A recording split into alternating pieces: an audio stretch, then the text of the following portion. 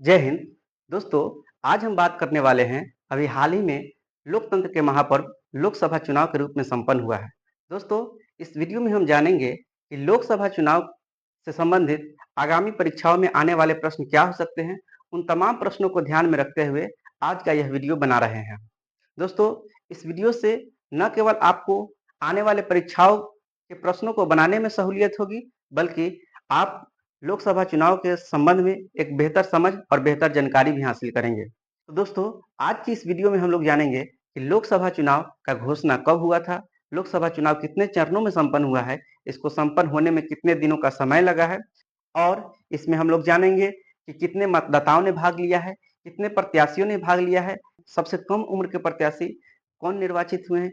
इन तमाम पहलुओं पे हम बात करेंगे। तो आइए वीडियो को शुरू करते हैं। दोस्तों, इसकी घोषणा 16 मार्च 2024 इस चुनाव की घोषणा, लोकसभा चुनाव की घोषणा 16 मार्च 2024 को हुआ था। और ये जो है आपका 18वां सत्र का चुनाव था। ये लोकसभा चुनाव आपका 18वां सत्र का था, जो लगभग 7 चरणों में संपन्न हुआ है। ये जो है आपका 7 चरण में चुनाव संपन्न हुआ है।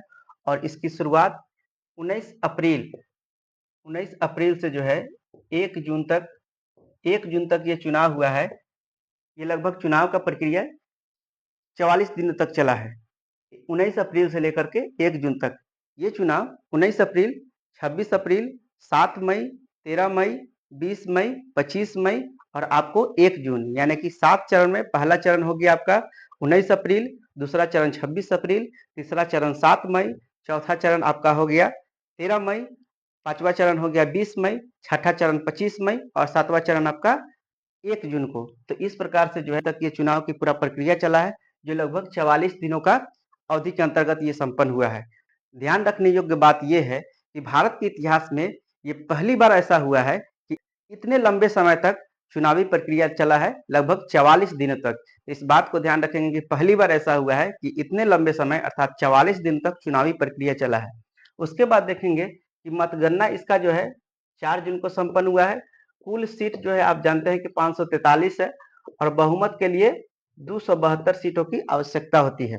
दोस्तों, वोटिंग जो है 542 सीटों पर हुआ है। इसमें वोटिंग जो है 542 सीटों पर हुआ है। एक सीट जो है मुकेश दलाल बीजेपी के सूरत लोकसभा का सीट जो है, इस पे एक मुकेश दलाल नाम के व्यक्ति जो है प्रत्याशी बीजेपी से निर्विरोध निर्वाचित हुए हैं। तो ध्यान रखिएगा, वोटिंग जो है अर्थात मतदान 542 सीटों पे हुआ है। बहुमत के लिए आप जानते हैं कि 272 सीट की आवश्यकता होती है और कुल सीट जो है 543 है। तो ये आपका बेसिक इन्फॉर्मेशन हो गया। अब देखें कि यहाँ पे कुछ पार्टियां जो ज्यादा से ज्यादा सीटों पे अपनी जीत हासिल की है, जैसे बीजेपी 240 सीटों पे अपना जीत दर्ज की है। जदयू 12 सीटों पे, टीडीपी तेलुगु देशम पार्टी 16 सीटों पे, इधर देखेंगे कांग्रेस 99 सीट, समाजवादी पार्टी जो है 37 सीट, उसके बाद डीएमके स्टालिन की पार्टी जो है आपको 22 सीट, टीएमसी ममता बनर्जी की पार्टी 19 सीट। और देखेंगे कि यहाँ अलायंस के तौर पे देखेंगे तो एनडीए को जो है 292 सीट मिला है और इंडिया गठबंधन को 233 सीट मिला है। तो ये आपका एक हो गया, यहाँ पे जो है 292 और यहाँ पे 233। तो निश्चित रूप से आप देख रहे हैं कि बहुमत के आंकड़ा को इंडिया गठबंधन पार कर रही है और ये बहुमत से दूर है। तो फिर भी आप देख रहे हैं कि चर्चाओं में बना हुआ है कि सरकार किसका बनेगा। तो आप चूंकि जैसे ही इसके जो घटक दल है जैसे ही इसके कुछ घटक दल है वो अगर इन गठबंधन से बाहर जाते हैं तो निश्चित रूप से इनका बहुमत का आंकड़ा गड़बड़ाएगा। और ऐसी परिस्थिति में अभी ये चर्चाओं का बाजार गर्म है कि सरकार किसका बनेगा नहीं बनेगा, वो आप न्यूज चैनल के माध्यम से देख रहे हैं। फिर आगे हम देखेंगे कि इसमें जो है कुल मतदान कितना हुआ है। तो 2024 में आप देखेंगे कि 66.33% जो है कुल मतदान हुआ है, जो 2019 में 67.40% मतदान हुआ था। तो 2019 की तुलना में जो है 1.07% का जो है मतदान कम हुआ है, अर्थात 1.07% मतदान में कमी आया है। ये 2019 की तुलना में 2024 में, अर्थात 2019 में ज्यादा हुआ था और 2024 में कम मतदान हुआ है। कुल जनसंख्या जो है भारत का 1.40 अरब है।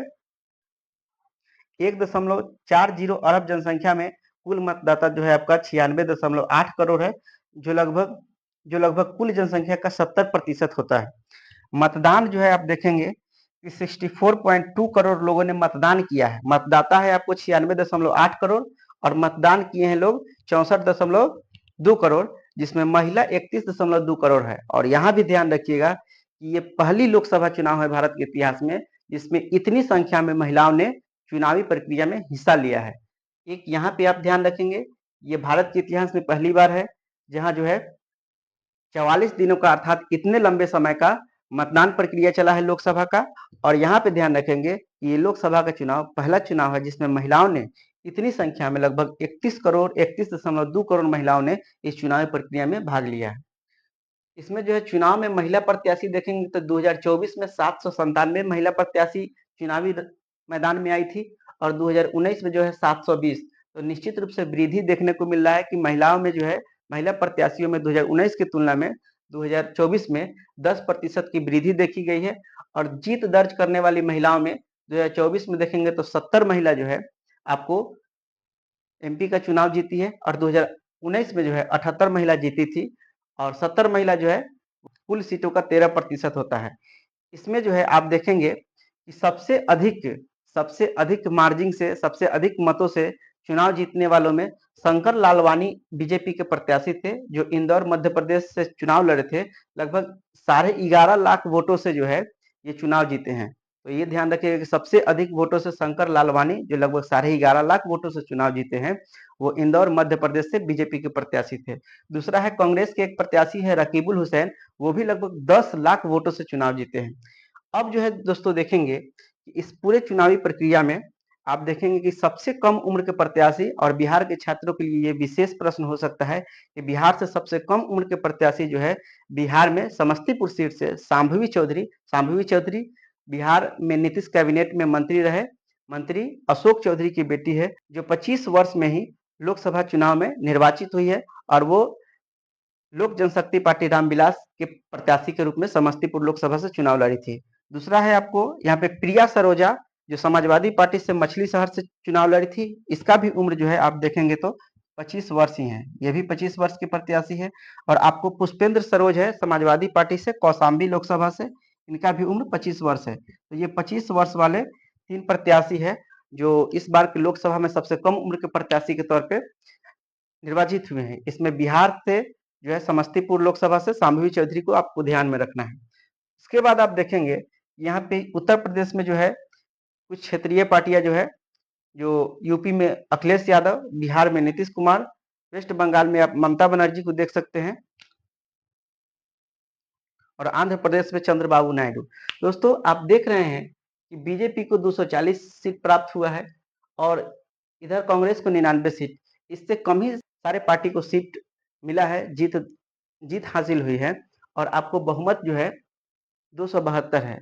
इस बात को ध्यान रखेंगे कि ये तो स्पष्ट है कि किसी भी एक पार्टी को बहुमत के आंकड़ा प्राप्त नहीं हुआ है, अर्थात बहुमत प्राप्त नहीं हुआ है जिससे कि वो अकेले सरकार बना सके।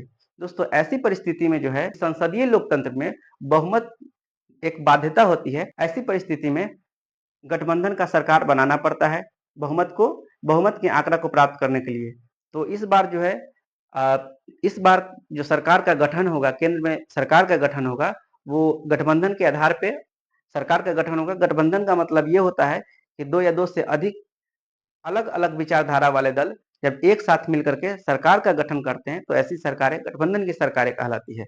अब प्रश्न ये है कि क्या गठबंधन की सरकार देश के लिए फायदेमंद होता है या नुकसानदेह होता है, अर्थात अच्छा होता है या खराब होता है। तो दोस्तों हमें एक विद्यार्थी के रूप में सोचना है, हमको एक विद्यार्थी के रूप में इसका विश्लेषण करना है और तार्किक बातें करना है। दोस्तों गठबंधन की सरकार के पक्ष में तर्क ये दिया जाता है कि ये सरकारें जो है ज़्यादा लोकतांत्रिक होती है। गठबंधन के माध्यम से सरकार का जो है आप कह सकते हैं कि गठन संभव हो पाता है। दोस्तों गठबंधन के सरकार में जो है विभिन्न हितों को प्रतिनिधित्व देना संभव हो पाता है। ऐसी सरकार के कहा जाता है कि ऐसी सरकार की जो है गुणवत्ता, निर्णयों की गुणवत्ता ज़्यादा महत्वपूर्ण होती है। और गठबंधन की सरकार में एक बात ध्यान रखिएगा कि सत्ता के दुरुपयोग की आशंका बहुत कम रहती है। तो ये हो गया आपके पक्ष में तर्क। कुछ इसके विपक्ष में भी तर्क दिए जाते हैं कि गठबंधन की सरकारें अस्थिर सरकारें होती है, इसमें कब जो है दो दल जो है आपस में जो है अलग अलग हो जाए और सरकार गिर जाए, इसकी आशंका हमेशा बनी ही रहती है। ऐसी परिस्थिति में ये सरकारें अस्थिर सरकार होती है। इसमें जो है नीतियों की निरंतरता में अभाव पाया जाता है, निर्णय लेने में विलंब पाया जाता है। दोस्तों, किसी भी एक मुद्दे पे, किसी भी एक नीति पे, किसी भी कार्यक्रम पे अगर निर्णय लेना है तो जाहिर सी बात है कि बहुत सारे दल होते हैं। ऐसी परिस्थिति में निर्णय उतना जल्दी, उतना तीव्र नहीं हो पाएगा जितना कि कोई एक दल अकेले ले पाता है। तो निश्चित रूप से बहुत सारे दल होते हैं, तो सारे दलों को एक मुद्दे पे सहमति बनाने में आप कह सकते हैं कि ज़्यादा समय लगता है। दूसरी बात है कि इसमें जो है गठबंधन की सरकार में जो है आप देखेंगे कि कोई भी सैद्धांतिक रूप से कोई समझौता नहीं होती है, नीतियों के सिद्धांत पे कोई समझौता नहीं होता है, अर्थात सत्ता प्राप्ति के आधार पे समझौता होता है। अलग-अलग दल जो है अपना-अपना तरह से अलग-अलग अच्छे-अच्छे मंत्रालयों का डिमांड करते हैं, मांग करते हैं। अगर उनको मन मुताबिक मंत्रालय और विभाग मिलता है तो ही वो सरकार में बने रहते हैं, अर्थात वो गठबंधन तोड़ लेते हैं। तो निश्चित रूप से इसके पक्ष और विपक्ष दोनों में तर्क है और आपको इन दोनों पहलुओं को ध्यान में रखते हुए ही बात करना है।